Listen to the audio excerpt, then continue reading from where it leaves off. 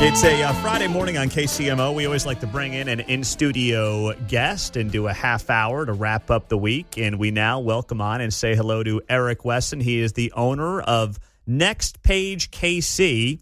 Just came out today. It's a weekly paper here in Kansas City, and you may know him from his time at the Call, but Next Page KC, launching that here. And Eric, good morning. It's great to have you here. Next Page KC is how old now? Maybe 2 years? Thanks a lot for having me. First of all, I'm going into my third year this week. Third year this week? Third year, yeah. You know what?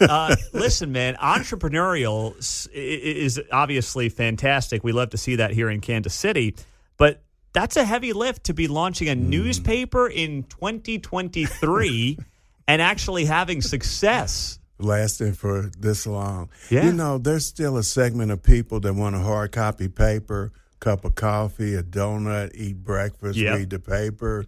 And there's people, and I like to think that we do researched news versus, you know, the internet. Sometimes it's a blurb, sometimes, you know, it's inaccurate information. And so I pride myself on being able to research a story, get the facts, and present it to people. Well, think about it. You know, while the Kansas City Star is having a lot of issues, you're having success. The Johnson County Post is having success as well. So some of the more hyper-local papers are actually doing better than the regional papers. What makes you guys unique? Why do you think Next Page KC is working? It's a niche audience. It's issues, basically, not primarily all, but basically issues of news in the black community. We give the news from that perspective. A lot of times you get mainstream news and it omits things that are going on in the black community. We pride ourselves in bringing that news from a different angle from the black community. So what's the biggest story right now in the black community in Kansas City that's not getting mainstream attention? That's not getting mainstream attention. Ollie Gates wants the stadium built in the Jazz District on 18th Street. And I think one of the local news stations picked it up for one segment of news, and I've done a 3-part series on it. So I think that's one of the things. Baseball started in the black community in Kansas City, 22nd and Brooklyn, Monarch. Well, actually on Paseo with Negro Leagues Baseball. It started there on 18th and Paseo. Then you had the Monarchs, then you had the A's. Then, you know, it changed over to the Royals and it moved out into 40 Highway. So Kansas City, that area has a lot of history as far as sports goes. The Chiefs started there. When Lamar Hunt brought the Chiefs to Kansas City, they were on 22nd and Brooklyn as well. So, like, it would be great to have the Negro Leagues Museum tied into wherever the pro baseball team is, right? Absolutely. I think that would be very cool for Kansas City. It'd be great for the museum. But, I mean, there's so many hurdles. No one's even talking about it. So how is he trying to accomplish this without trying to bring attention to the area? Like, is there something he's actually working politically back channels-wise? Because no one's talking about that location. Well, all I can say is there are some meetings that have been taking place between Royals representatives and the Gates family and V. Weiser Dixon. They have been in some discussions about it. I think a couple of weeks ago, City Councilwoman Melissa Patterson-Hasley also met with the Royals representatives. I don't know how far they're moving the ball in doing this, and I don't think there's anything concrete, but at least they're having a discussion about it, and that's a good thing. That is. Your history, Eric, what was your first media job? Ooh, my first media job was The Call. The Call. Yeah. And you were there for how many years? I was there for 21 years, almost to the day. Wow. So what were you doing before The Call? Before The Call, I took a walk on the wild side, of course, and I was an elementary school teacher. Oh, really? I taught third grade. I started out teaching kindergarten and first grade, loved kids. I wanted to be something different because test scores for black boys start dropping off after they get out of the third grade, when they go into the fourth grade. And I had this, I can change, I can motivate them, I can keep them focused on learning and keep them motivated about learning. And so that is what I did. My mentor in doing that was Dwayne Crumpton, and he headed KCMC, which is a Head Start program. And I worked with him, and we came up with all of these plans and programs to keep kids motivated toward learning. And did you just get disillusioned, worn out? Worn out. Yeah. It wasn't the kids, it was the parents. Really? But you're saying is this mic on? No, yeah. I'll just play. Say whatever you want, man. It's just two guys talking. No one's listening. I know. So you just got worn out. With the parents. Because at that time, so what year drugs, is this? We're talking the 80s, okay. early 90s. Okay. Late 80s, early 90s. At that time, crack was real heavy in the urban core, and parents would come up to the school. They would be high. They would be hungover from partying all night, and they'd come in and cuss the teacher out like everything was my fault, why their kids were not learning or behaving or doing the things that they were doing. And I just got burnt out. No one can blame you for that. But doesn't that bring home the point? And you know, I know you're a great father. You've hustled your whole life. You wanted to make the changes. Gosh, do we need good parents and good dads? And isn't that such a critical issue right now that gets swept under the rug a little bit too much? We need that. We need a village. When I grew up, there was a village. And by a village, I mean that if I did something, my next door neighbor called my parents, the lady across the street called my parents. Before I could get home from school, everybody in the neighborhood had called my parents. They saw Eric doing such and such and such.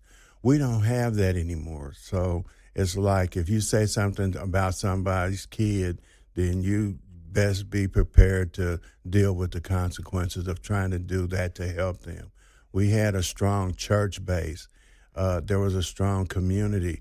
But now the churches that are in the urban core, and I grew up in the urban core, of course, the churches there, people commute into the churches.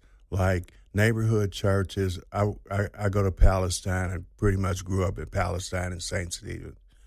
Everybody in the neighborhood knew everybody, went to church together. Now as people commute into church, they live in Lee Summit, Blue Springs, Johnson County, and they come in for the church service, go to church service, and then go back out into their community. So it's a lot different community-based than it is.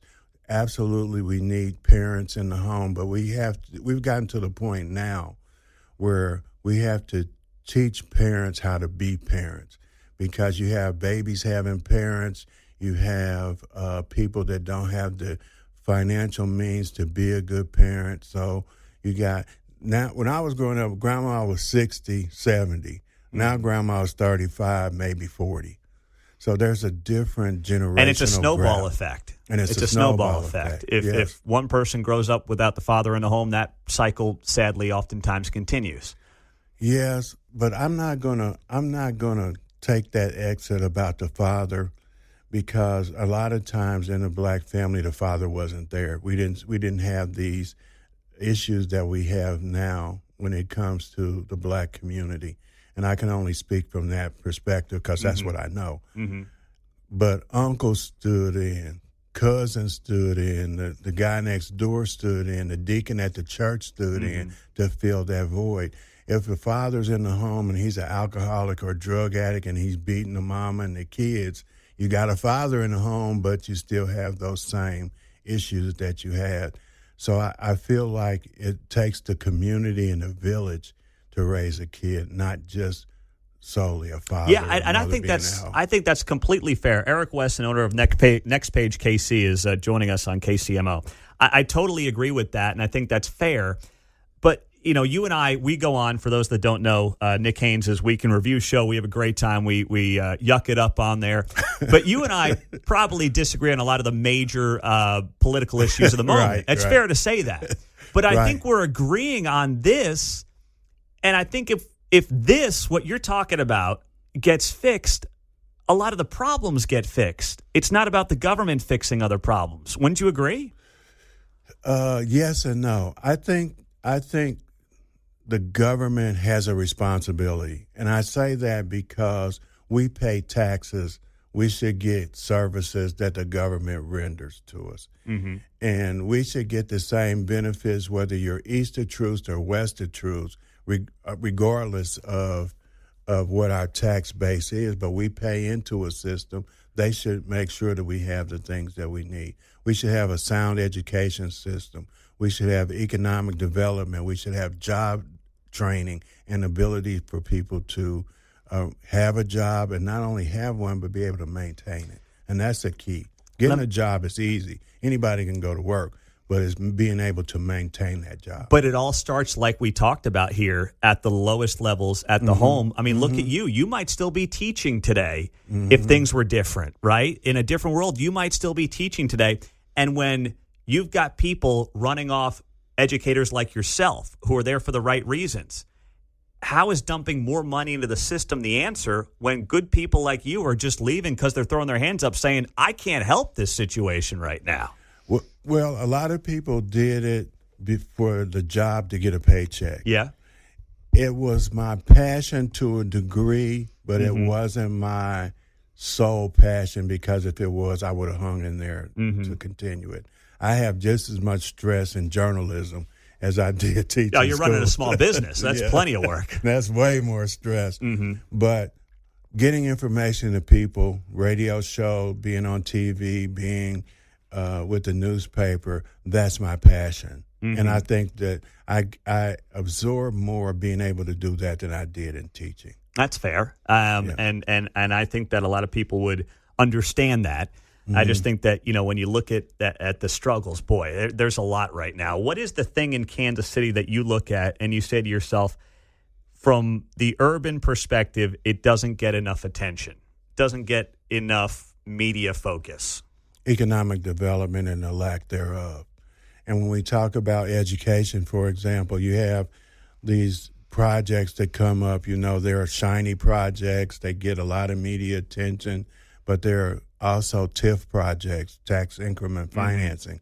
That means that you're not putting money into the school district because they're getting all of these abatements for these projects. So I think that would be the thing that people don't understand, the dollars and cents. We hear about it, we get a concept of it, but when you have a project, let's say that $15 a year for the next 20 years is going to go to the school district with a project. Well, the developer and the people around that project now get the $15 a year. The school district doesn't get any money. How do you think that the school district maintains? Yeah. And I think that's the biggest issue that we don't spend enough time explaining to people. The developers get the best deals around town. White, black, rich, poor. I mean, it's an all day. They're running a great racket there. I'll tell you what, these guys and gals. We're going to take a quick break with Eric Wesson, Next Page KC, and we'll wrap up the conversation with some of the big power players in town, his thoughts on where those individuals head, coming up next. Eric Wesson, Next Page KC. We're telling so many jokes. He's laughing coming back on the air. Hey, it's great to have you here, my friend. Thanks a lot for having me. I'm honored. Hey, let's start off with this. Frank White, does he make a recall effort in Jackson County, if you were to predict it? He packs up starting the day after the election. Okay. So you're saying even in the urban core, Frank White does not have that solid base that he used to have? No, everybody likes Frank. Frank was a great baseball player. He was probably one of the best baseball players in the history of Kansas City baseball. But, and his argument is that it's all about the stadiums and him going against the stadium tax. It's about the property tax assessment. So even in the urban core, that they're upset about, for the homeowners there, they're pissed about how that went. Yes. I have interviewed personally 46 people. All 46 people either knew something about the property tax or were affected by it, and that was his demise. He didn't correct the problem, and everybody kept saying, hey, it's a problem, and he dug his heels in. In fact, at one point in time, he sued taxpayers to make them pay more than they should have been paying for those taxes. So, it's difficult. It was the taxes. It was the ARCO money from the government for COVID. I think it's like 70-something million just sitting on the shelf. It was the budget, 6 months to pass the budget. In the meantime, businesses and services were suffering. I don't think he did himself any good by not correcting the problem. Yeah. All right. So you think he's done as well. Yeah. Replacement, where do you think the conversation goes? Okay, so you got Deron McGee is rumored to want the position as interim. Mm-hmm. When I asked him about it Monday at the press conference, he said he was focused on getting the ball rolling and starting the process. You have Dan Tarwater during the press conference whispered in my ear that he was interested in being the interim. We'll see how that goes because, remember, he was on the county legislature and got off of it to run from city council and got dusted. Yeah, he's got smoked. And he should have won that race, but he didn't do the work. He didn't do the work. He was going by name recognition. So he's somebody. I don't know if the next county executive is even in the running yet, or the interim. And whoever runs, you have somebody run for that position as well.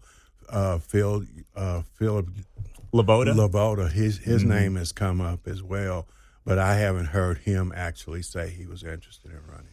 Got a couple more questions for you here. Yes, we got sir. a couple minutes left. I'm liking this. We'll do some rapid fire here, just like with our buddy Nick. The future of Quinton Lucas is what? Jackson County executive. Oh, really? You heard it here. You heard it here first. That's where he goes. Where else can he land? Unless he goes over in Kansas and runs for a House seat or something like that. There's no place in Missouri or a Kansas City area for him to land. Jackson County executive. It's a little bit of power, but not as much as he had as the mayor. That's what I mean. It keeps him in the political spotlight, right, but it actually feels like it's a step down in some respects. Yeah, it is. But the county, he can make it be a little bit more than what it is, and maybe as the county executive, he would have a little more leeway with the teams if people wanted to keep the teams here or the teams wanted to stay in Jackson County. That's a good point. Future of Emmanuel Cleaver, how much longer has he got? I give him another 4 years, maybe. 2028, maybe? Yeah. Okay. And then he turns the reins over to the next possible person. And I think that person will probably be Jackson County Prosecutor Melissa Johnson. Ooh, that's a good one, too. And that's a bold statement. That's a bold statement. But, hey, if she does a good job, and I so far so good for her, that would be a great step in the right direction. That would be. And people like her. She would be easy to embrace, and it would just be a transition. Reverend Cleaver has had a great relationship with the community, and I think right now Melissa Johnson is as well. Okay. All right. And the Royals and the Chiefs, where do they end up? Woo!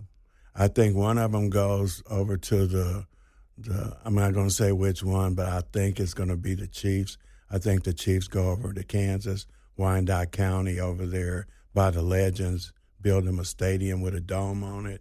The Royals stay in Kansas City, maybe going over to Crown Center, even though I just don't like that location. Yeah. Yeah. All right. Well, tell me and tell people where. I know the next page, kc.com, is where they should go on the web, but what else can they do? I know there's plenty of places around town to pick it up as well. They can go online, www.thenextpagekc.com.